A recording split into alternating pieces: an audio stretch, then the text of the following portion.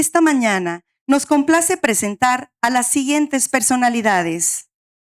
En representación del maestro Alfredo Ramírez Bedoya, gobernador constitucional del estado de Michoacán, nos acompaña el maestro Aldo de Jesús Lomelí Vega, titular de la Unidad de Planeación y Vinculación del Instituto de Educación Media Superior y Superior.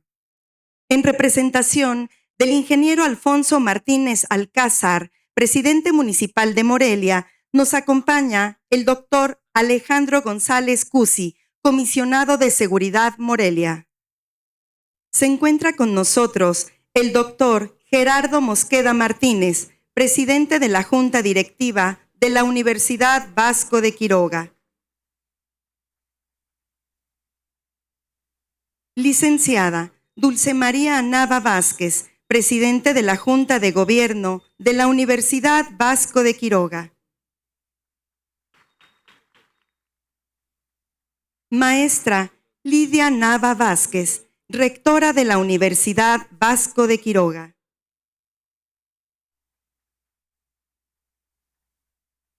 Contador público María Inés Pérez Alfaro, secretaria administrativa de la UBAC. Maestra Susana García Ramírez, secretaria académica de la UBAC. Licenciada Rocío del Carmen Ramírez Vázquez, coordinadora del Sistema de Preparatorias y Secundarias UBAC.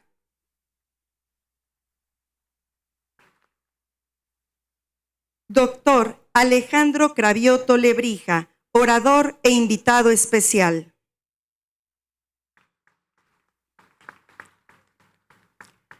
Agradecemos la presencia de los integrantes de la Junta Directiva y Junta de Gobierno UBAC, de nuestros invitados especiales, cámaras empresariales, sacerdotes, líderes sociales y asociaciones civiles, representantes de gobierno, rectores de las universidades de la red Juntos por Michoacán, exrectores UBAC, decanos, directores, docentes, personal administrativo, alumnos y padres de familia de la Universidad Vasco de Quiroga, a nuestros apreciables medios de comunicación y a quienes se han unido a este acto de manera virtual. A todos, muchas gracias por su compañía. A continuación me permito presentar al orador oficial de este acto. Jesús Alejandro Cravioto Lebrija. Posee las licenciaturas en Arquitectura y en Desarrollo Cultural, maestría en Desarrollo y Comunicación Organizacional, especialidad en Comunicación y Desarrollo Humano, cofundador de Fúndice, Fundación Iberoamericana para la Cultura y Educación AC. Fue secretario de Cultura en el Ayuntamiento de Guadalajara, fundador de Proculta SC y Cultura para el Desarrollo Integral AC. Fue secretario de la Secretaría de Cultura del Gobierno del Estado de Jalisco por 6 años, secretario académico de la Universidad Tecnológica de Querétaro. Posee el doctorado ex oficio en Ciencias Humanas por el Ateneo Filosófico y Universidad de la Ciudad de México. Recibió la encomienda de la Orden de Isabel la Católica, conferida por Su Majestad Juan Carlos I, Rey de España. Participó en el Programa Internacional de Visitantes Distinguidos del Departamento de Estado de los Estados Unidos. Huésped ilustre de Quito por el Consejo Metropolitano de Quito, Ecuador. Representante del Gobierno Federal de la Sexta Convención de la UNESCO, Indonesia, y recepción de la inscripción del mariachi en la lista de Patrimonio Cultural Inmaterial de la Humanidad. Con ustedes, el doctor Jesús Alejandro Cravioto Lebrija.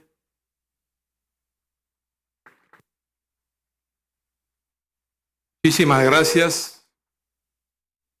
Cuando alguien me aplaude sin haberme oído, pienso, este auditorio tiene fe. Si hay algún reconocimiento intermedio, bueno, pues conservan la esperanza. Y si alguien aplaude al final, no me cabe la menor duda, son caritativos. Bueno, Bueno, pues muy buenos días con la venia de este honorable presidium y muy agradecido por esta invitación que me honra muchísimo. He titulado esto Don Vasco de Quiroga en el umbral del 5º centenario de su arribo a Michoacán e inicio del tercer milenio de la redención, ambos en el año 2033. ¿Qué se puede decir de Don Vasco que no se haya dicho ya? Tanto en este magnífico foro que año con año, en su aniversario luctuoso, nos convoca a recordar y exaltar su ejemplar humanismo animado por sus virtudes heroicas, como en tantísimos otros espacios, cátedras universitarias, publicaciones, biografías, escritos, etc. Infinidad de seminarios en México y en el resto del mundo, desde donde se ha escudriñado propiamente a fondo la vida y obra de este célebre laico, jurista, religioso, obispo y padre espiritual de los naturales de Michoacán. Sin embargo, Tatabasco es un personaje inagotable por donde se le vea. Es por ello que hoy propongo una visión de Don Vasco de Quiroga desde una perspectiva amplia que nos permita comprender con una mirada de contexto histórico a este gran humanista. Recordar los acontecimientos y personajes contemporáneos suyos que de una manera directa o indirecta fueron marcando el ánimo y el ánima de Tatabasco. Muchos de estos acontecimientos irán perfilando, inspirando y en algunos casos determinando el pensamiento y el quehacer de Don Vasco.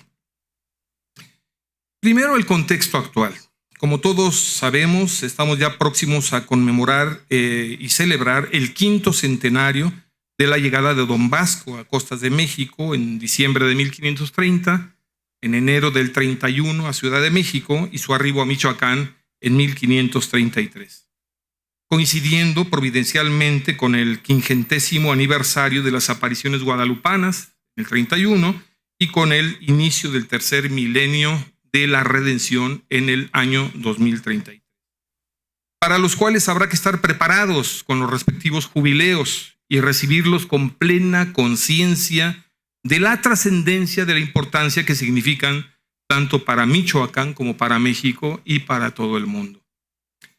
La importancia de una preparación consciente y profunda radica no solo en revisar, citar y exaltar los méritos personales de la obra realizada por nuestro personaje, sino fundamentalmente recordar aquellos valores, las razones de fondo, las razones por las cuales Tatabasco decidió dedicar su vida de una manera absoluta, plena y generosa a la humanidad sufriente de esta porción de nuestro México, así como la vigencia de su obra hoy en Michoacán.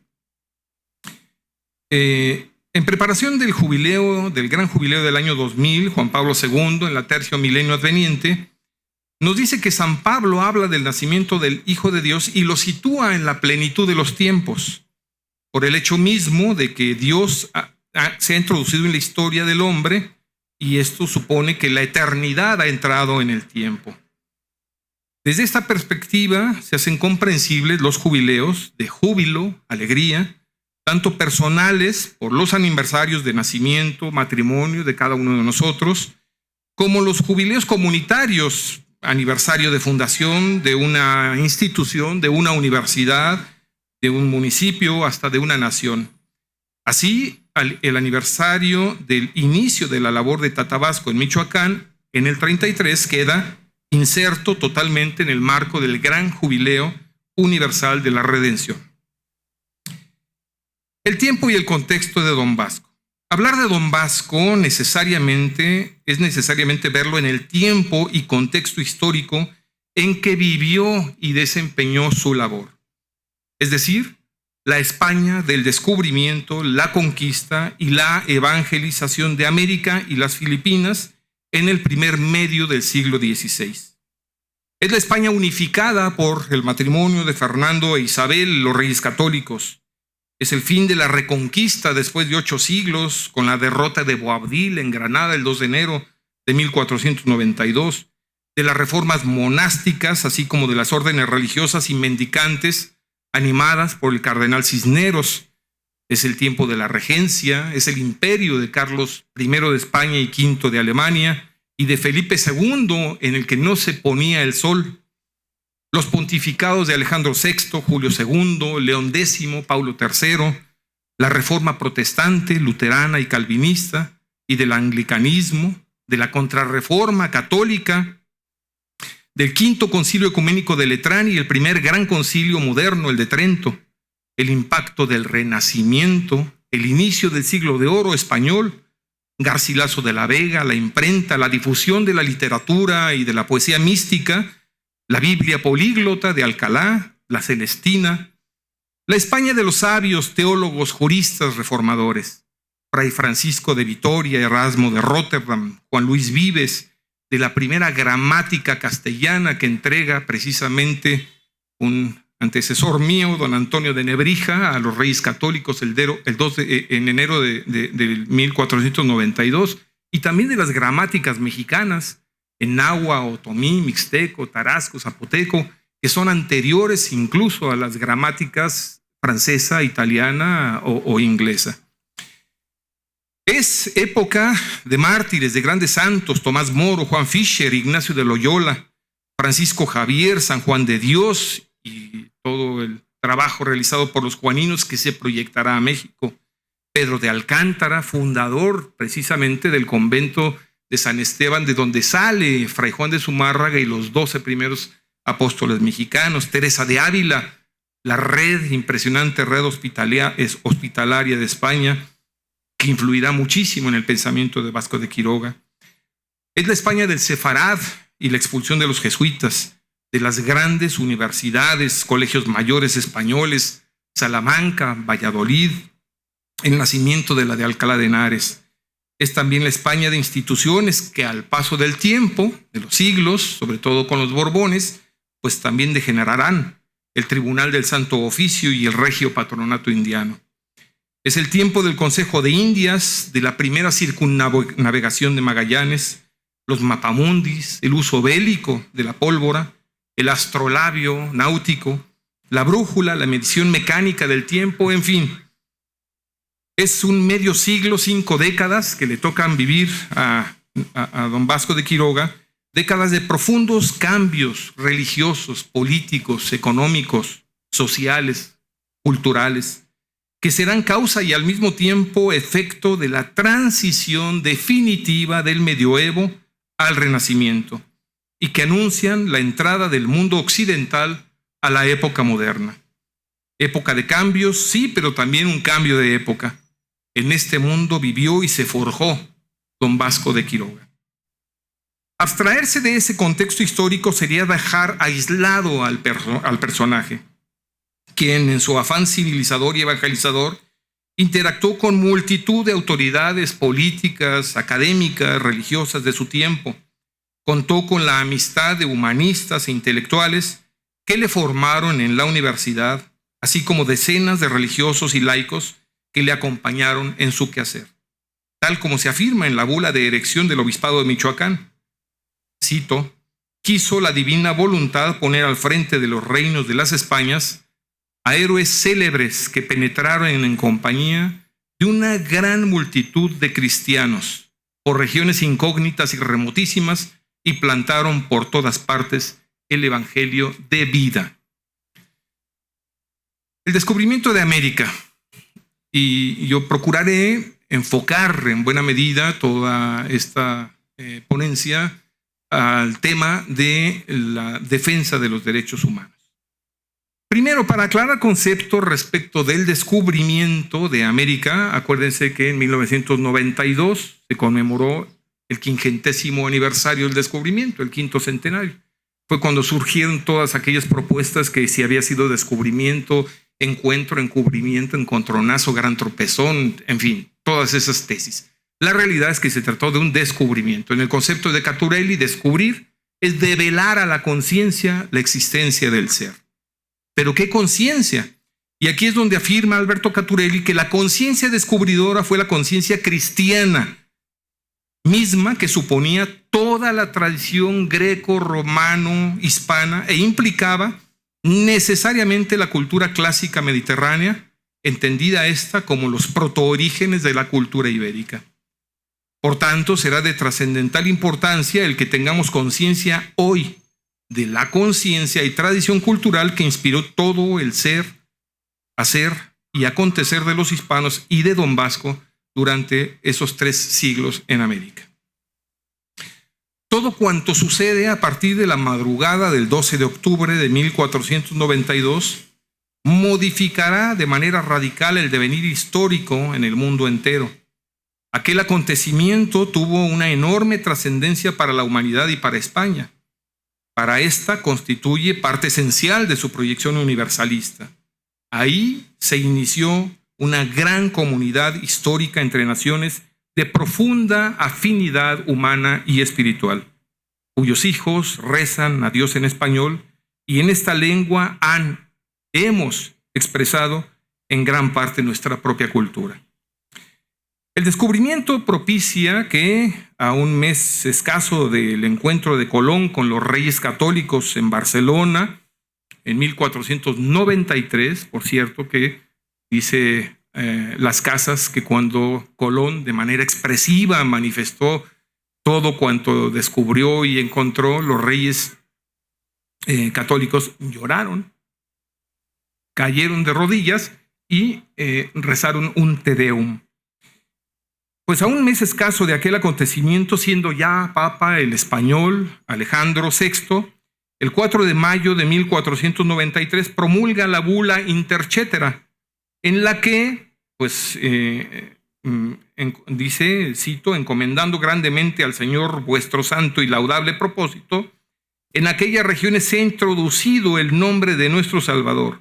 Os exhortamos atentamente a que prosigáis y que queráis y debáis persuadir al pueblo que habita en dichas islas a abrazar la profesión cristiana. Dicha bula repartió el mundo entre los reinos católicos de España y Portugal y fue, afirma el jurista mexicano del Instituto de Investigaciones Jurídicas de la UNAM, Francisco Icaza, fue la última manifestación de la potestad universal pontificia y marca en el pensamiento humano el fin de la Edad Media y el inicio de la Edad Moderna, pues mientras su fundamento se sustenta en la doctrina y se encuentra en el medioevo, sus consecuencias se proyectan hacia la Edad Moderna.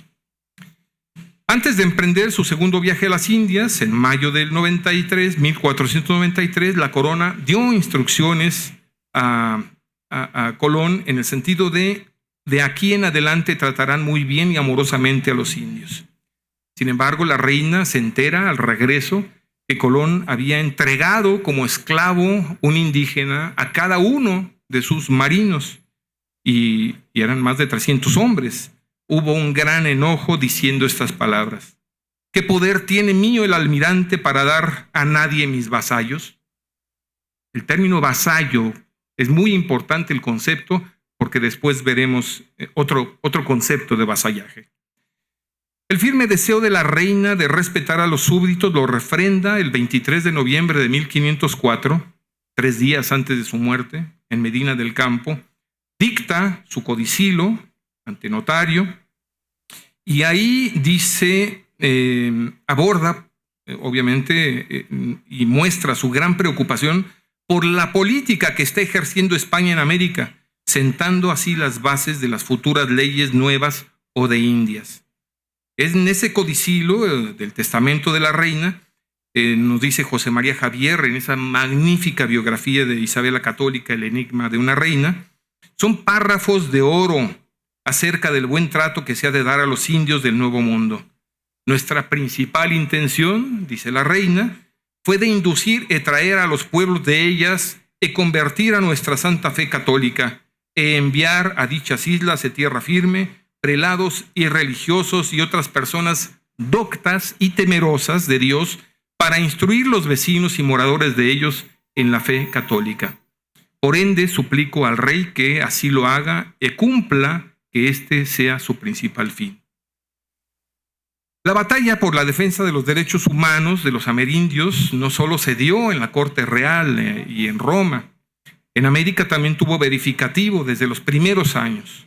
La confrontación entre hispanos por los abusos cometidos de algunos de ellos llegó a radicalizarse de tal manera que, por ejemplo, en 1511, el celebrante famoso Antonio de Montesinos, en la homilía del cuarto domingo de Adviento, pues les increpa a todos los ahí presentes: todos estáis en pecado mortal. ¿Con qué autoridad habéis hecho tan detestables guerras a estas gentes, con muertes y estragos nunca oídos? Hasta ahí la cita. La repercusión de esta homilía no se hizo esperar en la península, y en 1512, es decir, al año siguiente de las palabras de Montesinos, en Burgos, a instancias de una convocatoria precisamente de los agustinos, se reúne una junta de teólogos y juristas para discutir las denuncias de estos abusos cometidos en América. De ahí surgen las reales ordenanzas o leyes de Burgos, conocidas como leyes de Burgos, para el buen tratamiento y regimiento de los indios, firmadas, sancionadas por el rey don Fernando, en diciembre de 1512. Y poseen un valor extraordinario por cuanto constituyen el primer cuerpo legislativo de carácter universal que se otorgó para los pobladores del continente americano, siendo consideradas estas como la primera declaración de los derechos humanos, en opinión de el biógrafo del rey, Rafael Sánchez Domingo. Menéndez Pidal nos expresa también una permanente preocupación de la realeza, tanto en Isabel como en sus descendientes que la sucederán en el gobierno del imperio, al afirmar: Carlos V es heredero de los profundos sentimientos de universalidad cristiana que latían en el corazón de Isabel.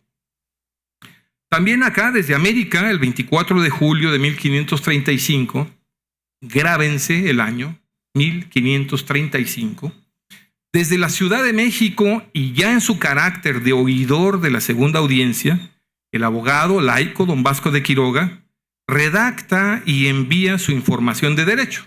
Todos la conocen, todos seguramente la habrán leído. Es una carta, un tratado, una relación cuyo fin esencial es acabar con la esclavitud y dar aviso y materia de pensar. Dar aviso y materia de pensar, es decir, elementos para la reflexión. Es esta, y lo digo con toda claridad y contundencia, una cátedra de derecho positivo de un jurisconsulto que pone en entredicho la autoridad terrena del mismísimo Papa, de Alejandro VI, y la licitud o ilicitud del otorgamiento de América a los reyes con la Carta Intercetera, así como la injusta guerra a los indígenas americanos.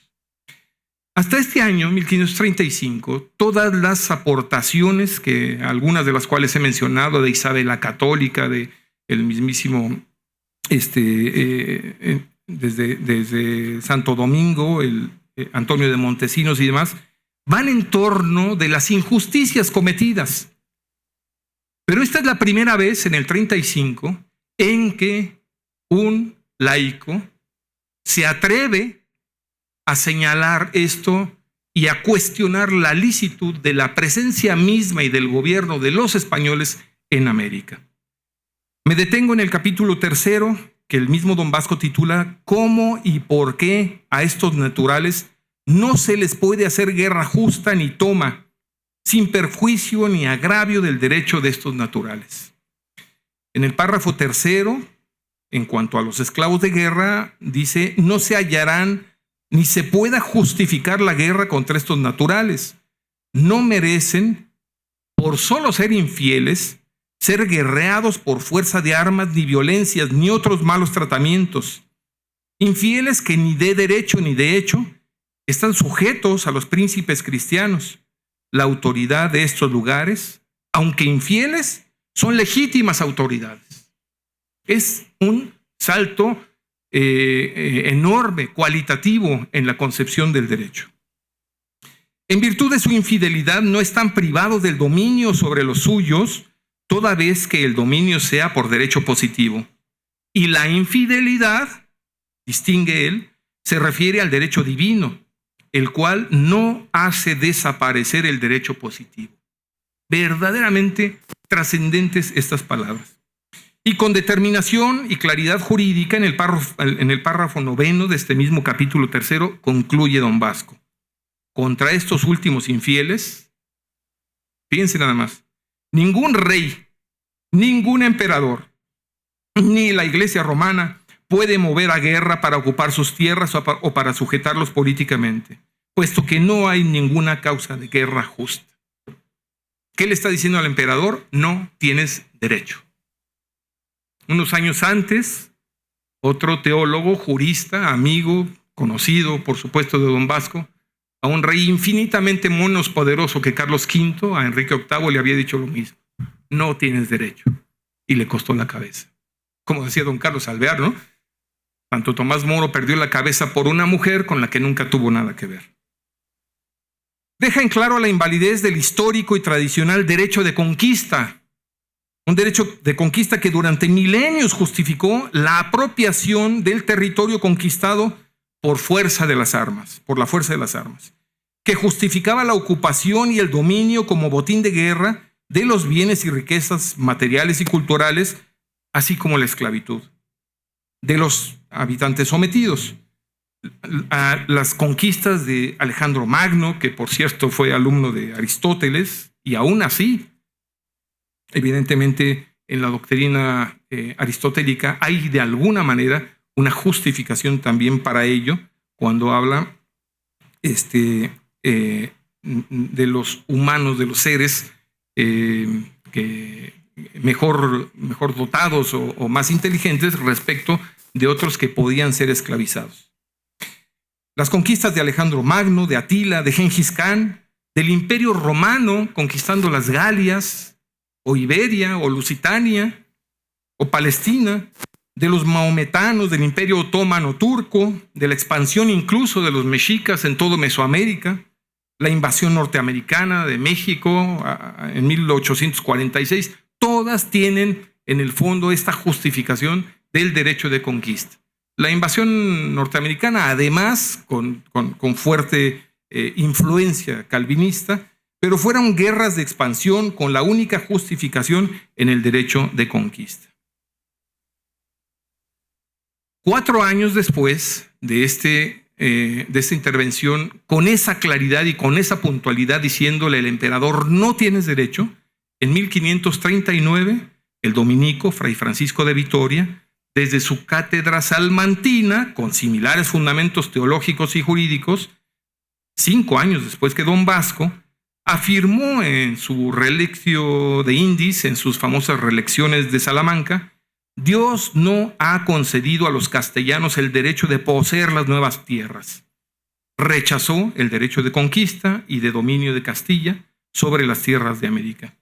Ese derecho de descubrimiento y la oposición de los pueblos indígenas a recibir la fe cristiana no es excusa para despojarlos de su derecho a la libertad y del gobierno, del dominio de sus bienes y del gobierno de sus gentes. De estas reflexiones nacerán los principios en que se funda el derecho internacional o de gentes. Hay, por cierto, un busto en la ONU colocado en 1976, precisamente de Francisco de Vitoria, y en la placa dice: padre fundador del derecho internacional. Pues debía haber también un monumento, y a lo mejor aquí dejo la idea, de don Vasco de Quiroga, porque 4 años antes ya había sentado las bases en su información en derecho, precisamente de esta invalidez del dominio de pueblos y de territorios previamente poblados y con gobierno. Por cierto que esa escultura en la ONU no está, es un bronce, un fundido en bronce, no fue elaborada por ningún artista español, sino por un zapoteca artista extraordinario mexicano, Francisco de Toledo. Todos esos conceptos, normas, bulas, leyes, disposiciones de obispos, etcétera, contemporáneos de don Bosco, finalmente se compendian en un corpus jurídico totalmente avanzado para la época, fruto de profundas reflexiones de teólogos, filósofos, juristas, políticos, humanistas, entre ellos estuvo nada menos que Las Casas. Este corpus jurídico son las leyes nuevas de Indias, promulgadas por el emperador Carlos V el 20 de noviembre de 1539. 1142, 7 años después del pronunciamiento quiroguiano. En ella se prohíbe la esclavitud de los indígenas, se suprime la institución de la encomienda y determina que los españoles no pueden disponer del trabajo de los indígenas. Prolegómenos de la evangelización en México y la eterna lucha por los derechos humanos. El inicio de la epopeya evangelizadora en nuestra patria tiene lugar en 1518, precisamente con el arribo de las naos, de las embarcaciones que venían al mando, de las que venía al mando Juan de Grijalva. Y venía en ellas Juan Díaz como capellán, quien, según el jesuita mexicano Mariano Cuevas, en su Historia de la Iglesia en México, llevó un diario de la expedición en el que asentó: el jueves 6 de mayo desembarcaron llevando consigo a un clérigo, llegaron a la torre, un Q, una pirámide, el capitán subióse allí, tomó posesión, dentro tenía figuras, huesos y cenizas que son los ídolos que adoraban. Luego se puso orden en la torre y se dijo misa. Esa fue la primera misa celebrada en territorio mexicano, documentada. Y concluye Cuevas diciendo: ese 6 de mayo de 1518, Jesucristo tomó posesión de su México. En 1519, un año después, llega a costas mexicanas, 500,000 de hombres capitaneados por Hernán Cortés, iniciando la conquista y colonización. Después de un largo sitio, casi 80 días, desde el 26 de mayo al 13 de agosto de 1521, cae la gran Tenochtitlán, defendida heroicamente por Cuauhtémoc, en manos del ejército mestizo, castellanos, tlaxcaltecas, zempoaltecas, cholultecas, texcocanos y todos los pueblos ribereños, el 13 de agosto de 1521. No fue triunfo ni derrota, fue el doloroso nacimiento del pueblo mestizo, que es el México de hoy, ha expresado Jaime Torres Bodet. Concluida la conquista y en previsión de la edificación de una nueva nación y de la nueva iglesia, Cortés solicita en sus famosas cartas de relación al emperador Carlos V misioneros santos para la evangelización de los naturales. Un par de años después, en 1524, los recibe en las afueras del lago de Texcoco, sale a recibirlos. Comenta Carlos Pereira, que cita al padre Olmedo: era un grupo apostólico formado por hombres inermes, descalzos, andrajosos, piojosos seguramente, ¿no? Llenó de estupor a los indios cuando supieron que el temible Malinche mandó barrer los caminos y que los pueblos les recibiesen con repiques, candelas, cruces y flores. Más les maravillaba que el gobernador saliese de la ciudad y que al encontrarse con los peregrinos les honrase de la manera como lo hizo, besando sus manos y sus sayales, arrodillado. Esto y la gesta cortesiana hizo que el Premio Nobel de Literatura mexicano Octavio Paz afirmara en 1985, en el 5º centenario del natalicio de Hernán Cortés, en un ensayo que por cierto ganó un premio titulado Exorcismo y Liberación, diciendo: a Cortés es difícil amarlo, pero es imposible no admirarlo. El odio a Cortés no es odio a España, es odio a nosotros mismos. Pero bueno, pues a pesar de las ordenanzas reales, no ceden los abusos, las injusticias y de los aborígenes. Y ahora don Silvio Zavala nos menciona el obispo de Tlaxcala, primer obispo de México, Fray Julián Garcés, dominico, en 1536, un año después que don Vasco de Quiroga, dirige una notable epístola al Papa Paulo III en la que defiende la capacidad de los naturales, anuncia los progresos de los indios en la fe y denuncia los abusos de los encomenderos, y concluye con una exhortación al Papa. Suplicamos que, habiendo tan buena ocasión, nos amoneste a todos y nos exhorte, ya que nunca jamás había habido en la Iglesia Católica más trabajo hilado, ni cosa de más advertencia que el repartir los talentos entre los indios. Paulo III respondió con la bula Sublimis Deus y con determinación afirma: a todos los fieles cristianos, considerando que los indios como verdaderos hombres no solo son capaces de la fe cristiana, sino que la apetecen con mucho deseo, determinamos y declaramos que los dichos indios y todas las demás gentes que de aquí en adelante vinieren, cada día llegaba noticia de un nuevo descubrimiento, que de todas las demás gentes que de aquí en adelante vinieren a noticia de los cristianos, aunque más estén fuera de la fe de Jesucristo, en ninguna manera han de ser privados de su libertad y del dominio de sus bienes, y en ningún modo se deben hacer esclavos. Dado en Roma, 2 de junio de 1537. Igual, una auténtica declaración de los derechos de la persona humana. En los designios de la providencia estaba prevista la llegada a estas tierras de una pléyade de apóstoles y humanistas y también de una madre amorosa para consuelo y esperanza de los habitantes de América. Es así como en enero de 1531 arriba a la Ciudad de México el insigne don Vasco de Quiroga y el 12 de diciembre del mismo año, en el norte del Valle de México, se hace presente la Santísima Virgen de Guadalupe, la Señora del Cielo, la madre de Intloquenahuaque, Ipalnemohuani, Yoali Ejecatl, Inmoyocoyani, que aquí el padre Eduardo vino a platicarnos de esos temas, es decir, la madre del verdaderísimo Dios por quien se vive, del creador de las personas, el dueño de la cercanía y de la inmediación, según relación de hechos descrita magistralmente por Antonio Valeriano en el Nícar Mopogua. Imposible abundar en este acontecimiento por ahora, solo nos quedaría afirmar que la presencia perenne de la guadalupana ha sido, es y será para los mexicanos garantía de esperanza y salvación, aún en los momentos más difíciles de la historia de nuestra nación. Siguiente punto: mal gobierno en la Nueva España, caos en Michoacán y solución. Cortés había sido nombrado capitán general en 1519 por los regidores del primer municipio fundado por él en Veracruz.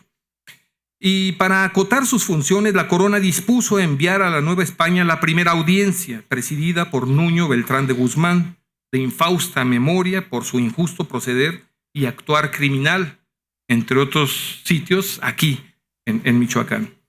Con él vive la Nueva España años de absoluta ingobernabilidad, hoy diríamos carencia de Estado de Derecho, gravísimas injusticias, caos político, administrativo, por lo que en 1530 la emperatriz le comunica a don Vasco de Quiroga su nombramiento como miembro oidor de la segunda audiencia.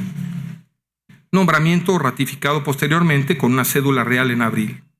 Esta segunda audiencia la presidirá don Sebastián Ramírez de Fuenleal, entonces obispo de Santo Domingo, República Dominicana, y titular de la que hoy día todavía se reconoce como la Catedral Primada de América.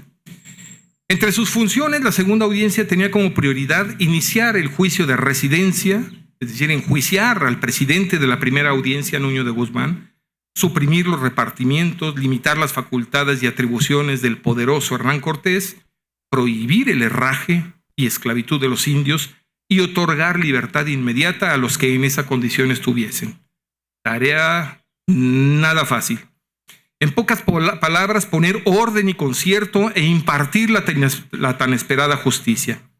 Ese sería el inicio de 2 siglos de buen gobierno de la Casa de Austria en toda la virreinato de la Nueva España e inicio de la auténtica obra civilizadora en México. Construcciones de ciudades como esta, reconocida como Patrimonio de la Humanidad, más de 20 ciudades mexicanas en la lista de Patrimonio Cultural Material de la Humanidad. Caminos, puentes, hospitales, acueductos, ya lo mencioné también, los vocabularios, las gramáticas, etcétera, ¿no? El 30 de diciembre de 1530 desembarcaron en Veracruz los oidores, la segunda audiencia, y el 12 de enero, esta debía ser una fecha permanentemente recordada, se llevó a cabo la primera audiencia pública de esa segunda audiencia en la Ciudad de México, presidida por don Sebastián Ramírez de Fuenleal, ya lo mencioné, en compañía de los oidores Salmerón, Maldonado, Seinos y, por supuesto, don Vasco de Quiroga. Se dio a conocer la misión de esa segunda audiencia y muy pronto se notarán los resultados, al grado de que religiosos y laicos como el mismísimo Toribio de Benavente o Fuensalida o Bernal Díaz del Castillo, lo reconocerán por su bondad y humildad ejemplar, dignos de perpetua memoria los que tan buen remedio pusieron en esta tierra. Siendo en realidad ese acto que mencioné del 12 de enero de 1531 el primer acto político de buen gobierno institucional en nuestra patria. En 1535 llegará ya el primer virrey, don Antonio de Mendoza, luego de un lustro de buen gobierno y de impartición de justicia por parte de la segunda audiencia. El oidor Quiroga, afirma Juan Robles Diosdado, en su investigación Vasco de Quiroga, laico misionero, publicada precisamente por la UAC, además de su trabajo de jurista, saca tiempo para rezar, estudiar y escribir con extraordinaria lucidez, tanto en el análisis de la situación como las soluciones prácticas, políticas, concretas a seguir, que él mismo llevará a cabo, sobre todo con la fundación y organización de los pueblos hospital de Santa Fe de los Altos, en México, y Santa Fe de la Laguna, aquí en Pátzcuaro, que por su originalidad es una obra, experimento, algunos le llaman, más emblemática e interesante de su actuación en la Nueva España. Erigida la diócesis de Tlaxcala en 1525, de la que ya mencioné, fue titular obispo Fray Julián Garcés, y la de México en 1530, presidida por Fray Juan de Zumárraga, aún faltaba distribuir el enorme territorio conquistado pues en diócesis que organizaran la evangelización y la estructura eclesiástica. Durante el siglo XVI se fundaron 8 diócesis. Después de la de Tlaxcala y de la de México, vino la de Antequera, hoy Oaxaca, la de Michoacán en agosto de 1536 y finalmente la de San Cristóbal, Puebla, Guadalajara y Yucatán, todas ellas en el siglo XVI. Uno de los 12 apóstoles mexicanos, Fray Martín de Jesús o de La Coruña, en 1525, todavía no existe la diócesis de Michoacán, llega una década antes que Vasco de Quiroga a la evangelización de Michoacán e inicia en Tzintzuntzan la fundación de la provincia franciscana de San Pedro y de San Pablo, que será pionera en la expansión hacia toda la evangelización del occidente y norte de México. Fue precisamente ahí, en la iglesia de San Francisco, en donde tomó posesión de su obispado don Vasco de Quiroga el 6 de agosto de 1538. Es muy probable que Vasco de Quiroga, en su paso por la universidad, como parte de su natural proceso de formación como jurista y letrado culto, haya conocido y leído la República de Platón, la Ciudad de Dios de San Agustín y obviamente ya como obispo, en su gestión episcopal, la Utopía de Santo Tomás Moro. La Utopía, la República de Platón y la Ciudad de Dios.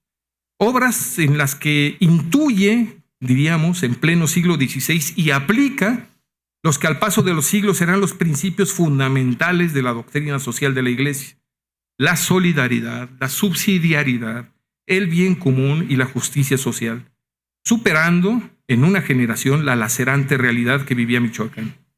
Dichos autores, y principalmente el apotegma evangélico "Amarás a tu prójimo como a ti mismo", fueron la fuente de inspiración para la determinación de fundar sus pueblos hospital, espacio propicio para la práctica cotidiana y ejemplar de las obras de misericordia.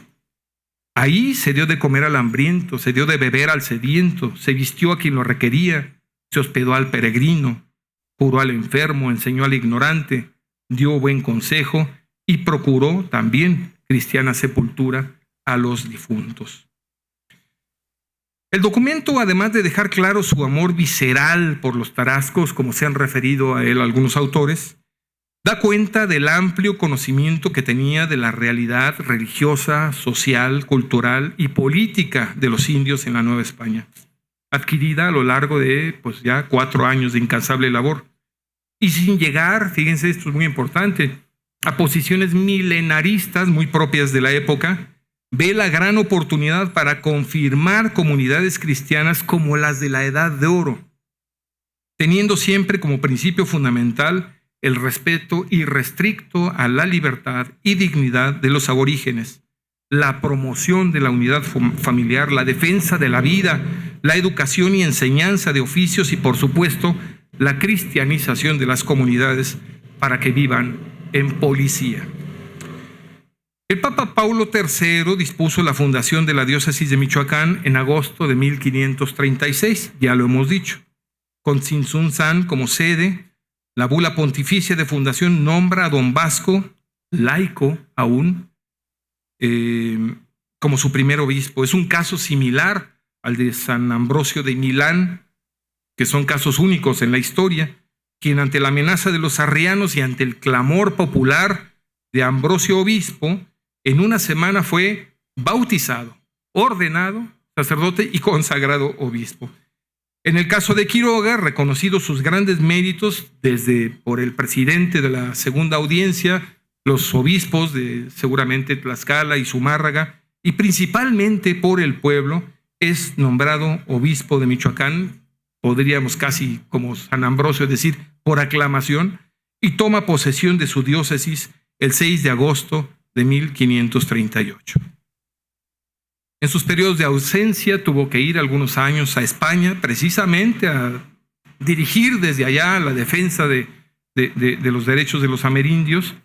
El teólogo y filósofo salmantino Fray Alonso de la Veracruz será su vicario y colaborador ejemplar, quien por su aportación valiosísima en defensa a ultranza de los derechos humanos será reconocido como el Francisco de Vitoria de las Américas. Fue brazo derecho de Tatabasco, fue también catedrático, pensador comprometido y misionero ejemplar. Fundó en 1540 el convento de San Juan Bautista de Tiripetío, donde enseñó filosofía y teología. Luego lo hará también en la Real y Pontificia Universidad de México. Y ahí, en Tiripetío, es una nota de honor y de gloria, estableció con 14, 15 cajas repletas de libros la primera biblioteca de América. Dominó la lengua de los tarascos, tuvo, entre otros, como alumnos notables a Francisco de Cervantes de Salazar. Colaboró también con gran empeño en la fundación del Real Colegio de San Nicolás Obispo, santo patrono de Madrigal de las Altas Torres, el pueblo donde nació don Vasco de Quiroga, pueblo natal de Tatabasco. Esta institución educativa, con la visión quiroguiana, se adelantó en un par de décadas a las disposiciones del Concilio de Trento con la intención de formar integralmente a quienes deseaban ejercer el ministerio sacerdotal.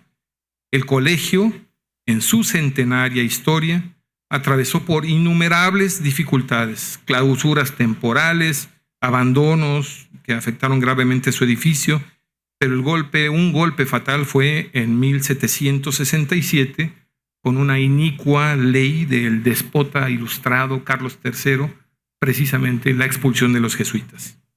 Que por cierto, el Marqués de Croa, virrey en la Nueva España, que ya ni españoles eran, todos afrancesados, déspotas ilustrados, cuando vio la reacción de los mexicanos en contra de aquella disposición de Carlos III, que por cierto dijo, las razones me las guardo en mi real pecho, cuando le preguntaron, pues como no le hicieron autopsia, las razones se fueron a la tumba junto con él. Pero aquí Marqués de Croa de inmediato salió a la defensa de su rey diciendo, silencio, recuerden que los súbditos han nacido para callar y obedecer. Qué diferente concepto de súbdito de la reina Isabel, cuyos súbditos eran desde sus hijos hasta el último indígena de América, a este concepto de súbditos que han nacido para callar y obedecer. Tanto la información en derecho como las regias ordenanzas para el gobierno de los hospitales de Santa Fe y su testamento son documentos que expresan sin ambigüedades la claridad absoluta, la determinación en la misión que ha de realizar don Vasco. Profundo conocimiento de la realidad en que viven los pobladores de la región. Si vemos, por ejemplo, el estudio realizado en la Historia General de las Cosas de la Nueva España de Bernardino de Sahagún, entenderemos que se convertían en auténticos etnólogos. El estudio de las etnias, de hecho así está reconocido Bernardino de Sahagún, y el estudio de esa realidad social, religiosa, cultural, era verdaderamente a fondo. para conocer la realidad en que viven los pobladores y sobre todo las propuestas de solución metódica, detallada, realista, estructurada para lograr la permanencia de estas instituciones en el tiempo. Y que puedan incluso concebirse como un modelo de vida en comunidad, un auténtico modelo de orden social, económico y político cristiano, que aquí se vivió. Por eso no se trata aquí de instaurar este modelo de orden social, sino de restaurarlo, porque aquí ya existió, cuyo motor será, como ha quedado dicho, el amor al prójimo, expresado, nos dice Agustín Basabe, como ese afecto vivo, benevolente y promocional del hombre que se profesa a Dios y al ser humano. Por eso los pueblos hospital, o los hospitales pueblo, eran como un reino constituido por personas espirituales que convivían en una comunidad de amor, auténticas repúblicas de indios, congregaciones a manera de las primigenias comunidades cristianas constituidas en los albores de la iglesia. Tatabasco fue un homo religiosus, por eso el apóstol de la justicia fue complementado y superado por el apóstol de la caridad. Con su persuasiva palabra, mansedumbre y raro ejemplo de virtud, luchó hasta el sacrificio contra el poder, la ignorancia, la miseria, el vicio, entiéndase, el pecado, logrando la tan anhelada paz social que, en palabras de Santo Tomás, es obra indirecta de la justicia en cuanto removedora de obstáculos y obra directa de la caridad en cuanto principio o fuerza de unión. Todo ello, dice Tatabasco, para que viváis en concierto y buena policía, para que desterréis la ociosidad, la codicia y la ambición, para que salvéis vuestras almas. Es decir, una verdadera, una auténtica propedéutica de salvación. Justnaturalista, reformador, visionario, transformador de la realidad que se encontró en su territorio episcopal, Don Vasco fue también un precursor de la ciencia social cristiana, de la doctrina social, en su formulación y sobre todo en su puesta en práctica, con todas sus aplicaciones e implicaciones. ¿Quién como él dispuso subsidiariamente la interdependencia económica de las familias y comunidades? Instituyó una democracia orgánica de familias como modelo de convivencia humana más que como modelo político de gobierno. Idealista, Don Vasco, sí, pero no se queda en la mera especulación o deseo, sino que lleva el ideal a la práctica, a los hechos, hasta sus últimas consecuencias.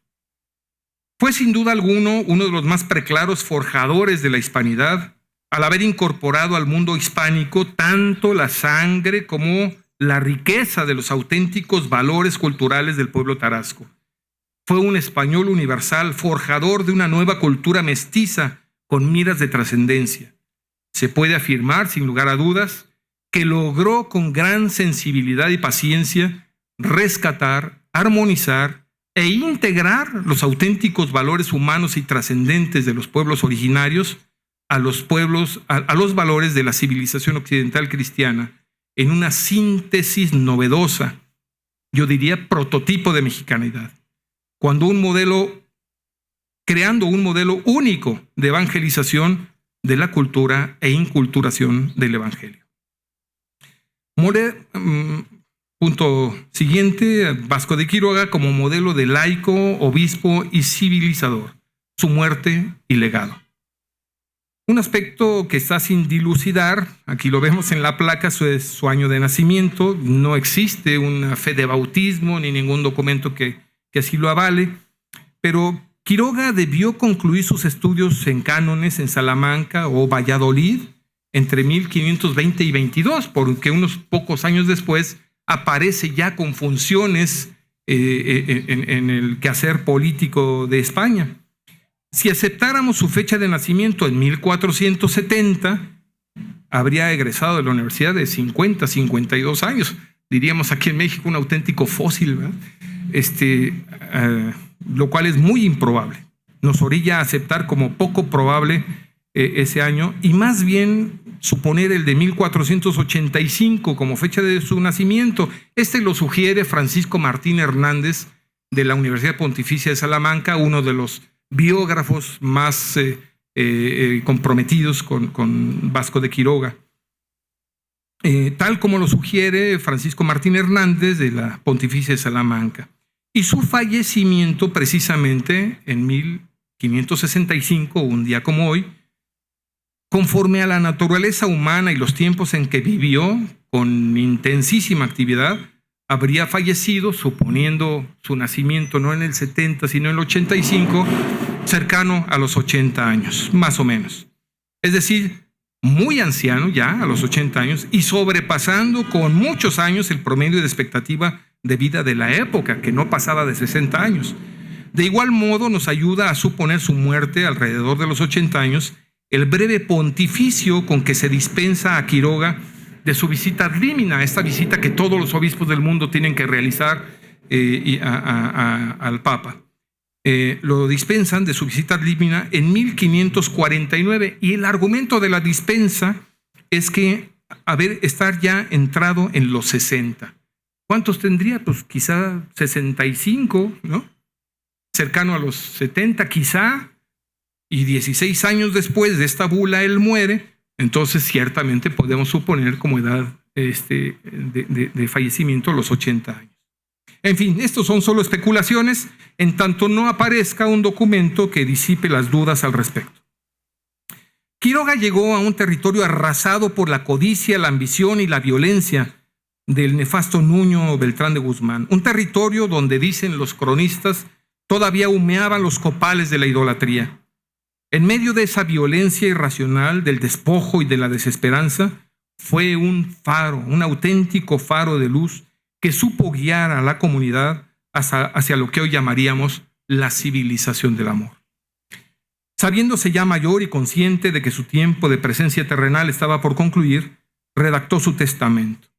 En él expresa su última preocupación: la permanencia en el tiempo y continuidad de la obra realizada durante 3 décadas. El Colegio de San Nicolás, sus pueblos hospital, el Hospital de la Asunción, las parroquias, en fin. Encarga a la conciencia de sus sucesores para que diligentemente se empeñen en la permanencia y cuidado de la obra heredada. Entre sus prioridades estará saldar las deudas, dicho en el testamento, repartir sus haberes entre pobres enfermos, honrar a sus padres difuntos en Madrigal de las Altas Torres, siempre primero la justicia y la caridad, y si algo queda, su funeral. El 14 de marzo de 1565, un día como hoy, hace 460 años, murió Tatabasco. En una celda del convento de Uruapan, o Pátzcuaro, hay la duda, en la que será su última visita pastoral. Murió con la conciencia tranquila y la satisfacción del deber cumplido. Él, que vivió como cartujo, trabajó hasta el último aliento y pasó por la vida haciendo el bien. Entregó su alma al Creador para entrar a la eternidad, a disfrutar del banquete divino de la fe y el amor. Bien podríamos aplicar la reflexión que Santo Tomás Moro, en muchos sentidos modelo y fuente de inspiración de Don Vasco, tanto por su utopía como por su martirio, hizo a su hija, una reflexión que hizo a su hija en julio de 1535, cuando desde una ventana de la Torre de Londres, prisionero y sentenciado ya a muerte, condenado, vio desfilar hacia el cadalso al sacerdote Reynolds y 3 monjes que iban para ser ejecutados por iguales razones que Moro, por la cuestión del matrimonio y la ley de supremacía del multidesposado Enrique VIII. Mira, hija, le dijo, ¿no ves cómo esos bienaventurados sacerdotes caminan a la muerte tan alegres como novios a sus bodas? Aquí puedes ver qué diferencia tan grande hay entre los que de verdad han caminado sus días santamente en una vida estrecha, dura, penitente y dolorosa, y los que en el mundo han gastado todo su tiempo de manera desordenada. Don Vasco fue enterrado en Pátzcuaro, y cuando en 1580 se traslada a la sede episcopal a Valladolid y Morelia, quisieron llevar también los restos de Quiroga. Pero sus fieles indios se opusieron con determinación. De ahí no saldría el fundador y padre espiritual de Michoacán. De esta manera, hicieron cumplir su deseo de estar siempre junto a los que más lo necesitaban.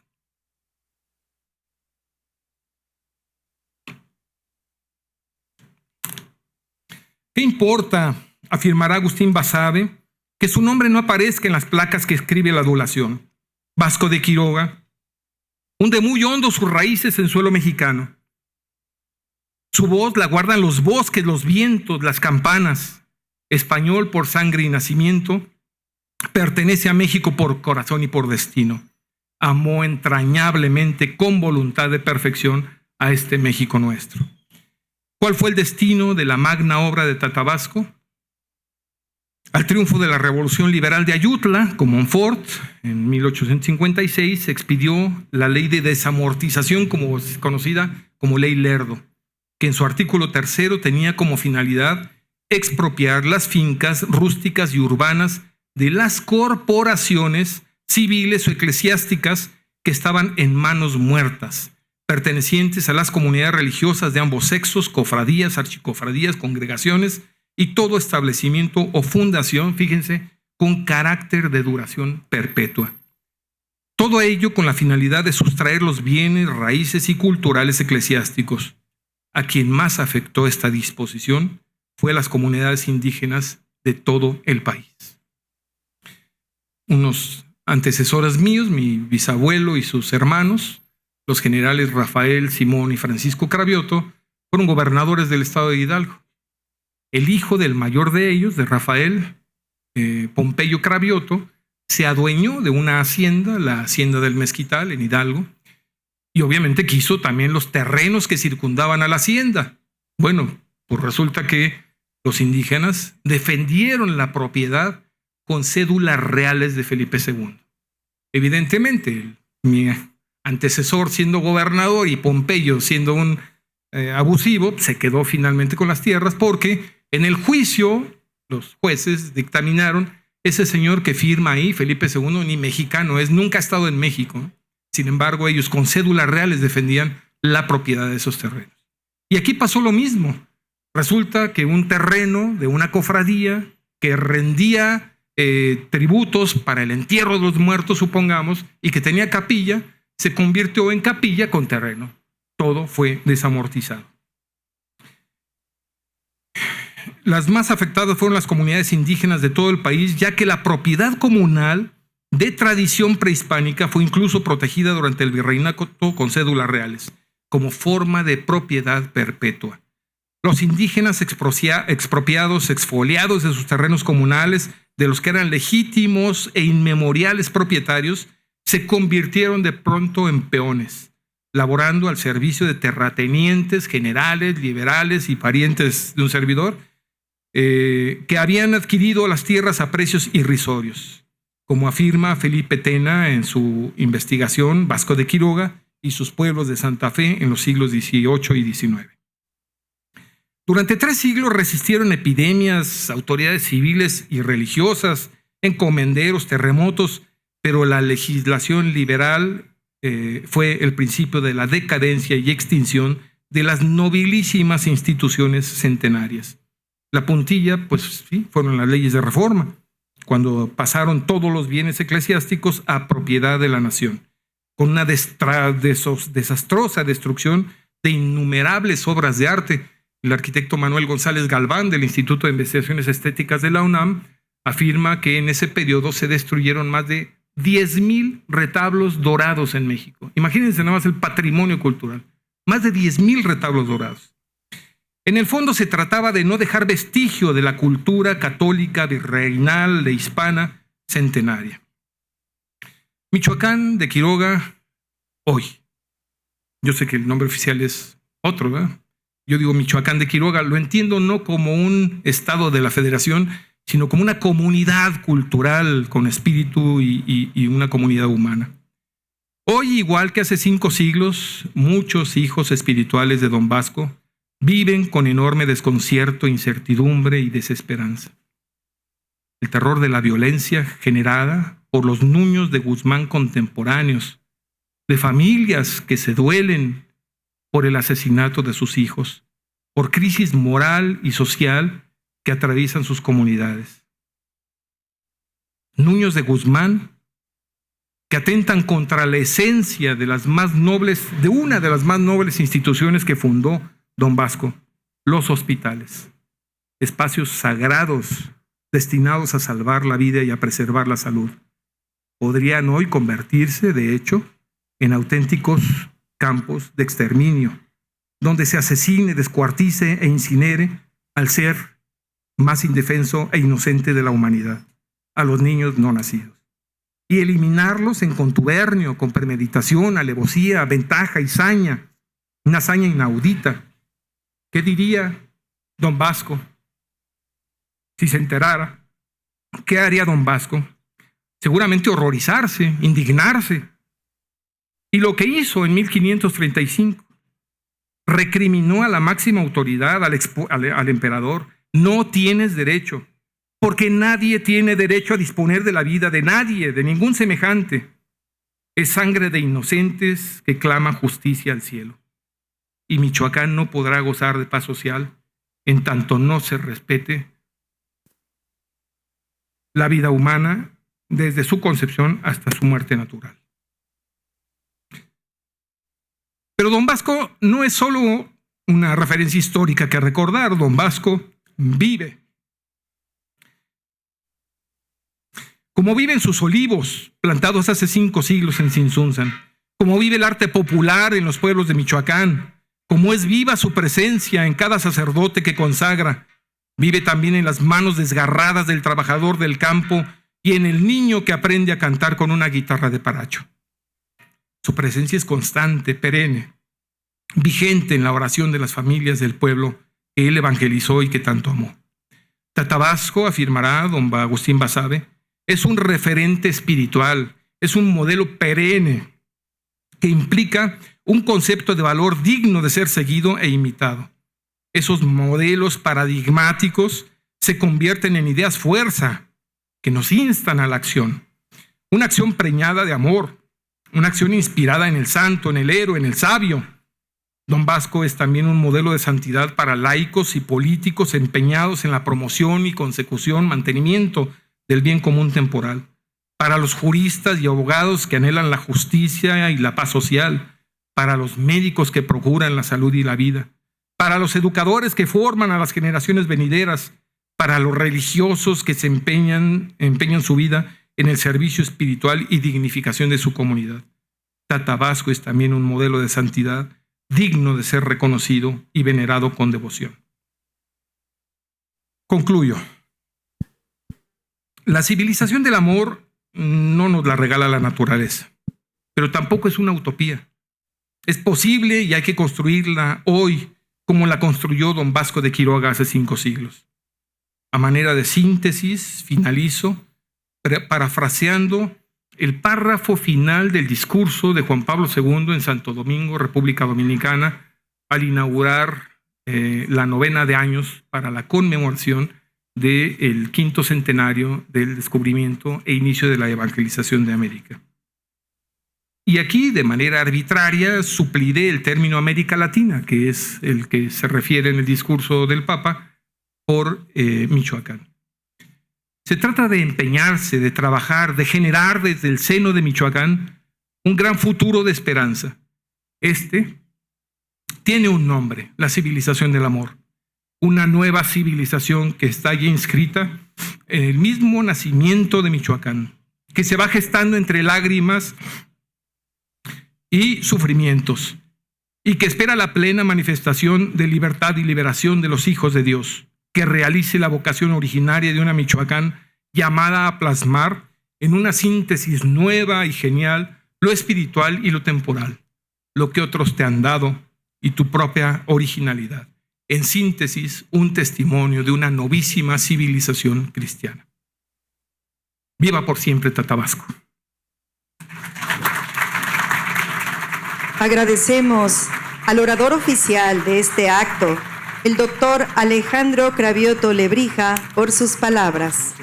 En estos momentos se hará el depósito de ofrendas y las guardias de honor correspondientes para conmemorar los 460 años de la muerte del venerable Tata Vasco de Quiroga.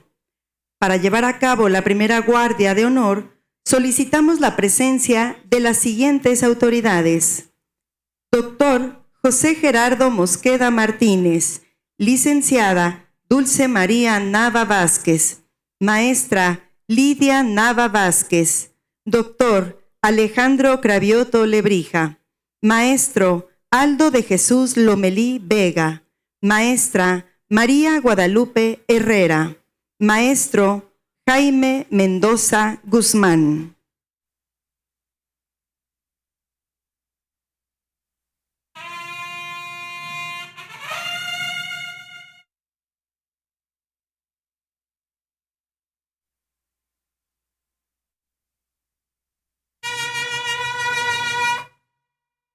Invitamos a todos a ponerse de pie.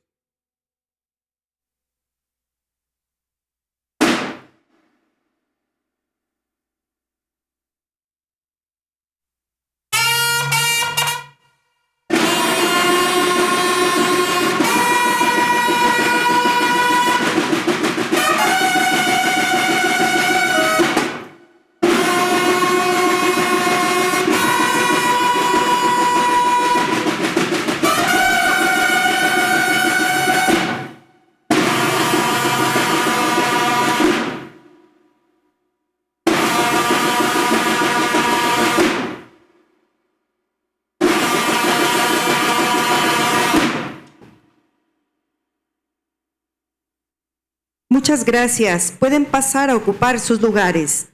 Suplicamos seguir de pie. Para la segunda guardia, invitamos a las siguientes personas. Licenciado Raúl Martínez Rubio. Contador público María Inés Pérez Alfaro. Maestro Carlos García Pérez. Ingeniero José Antonio Herrera Jiménez. Maestra Rocío del Carmen Ramírez Vázquez. Licenciada Carla Tinajero Núñez.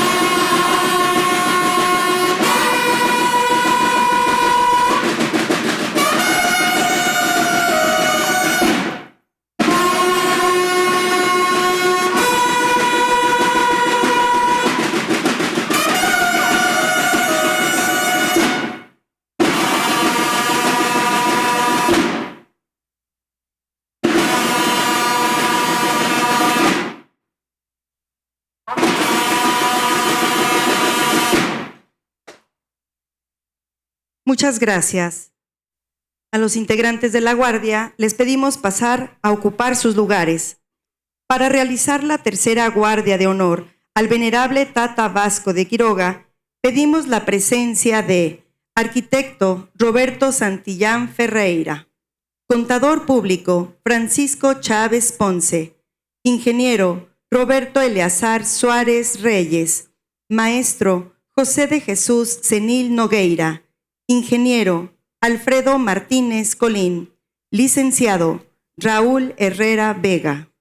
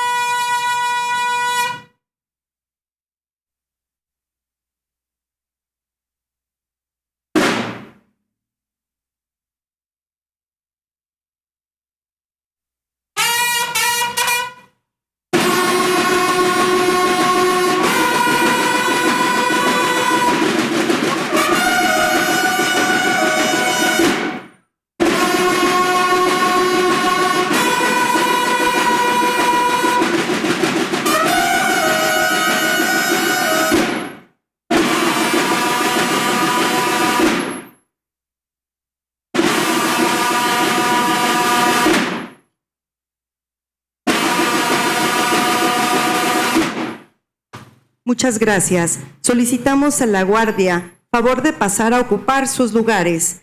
Para realizar la cuarta y última guardia de honor, solicitamos la presencia de Maestra Susana García Ramírez, Doctora Guadalupe Trejo Estrada, Michelle Damián Ávila, Samuel Naranjo Cervantes, Cristian Jesús Valle Cedillo, Ashley Jimena Ortiz Castillo, Jimena Flores Rocha, Manuel Ochoa,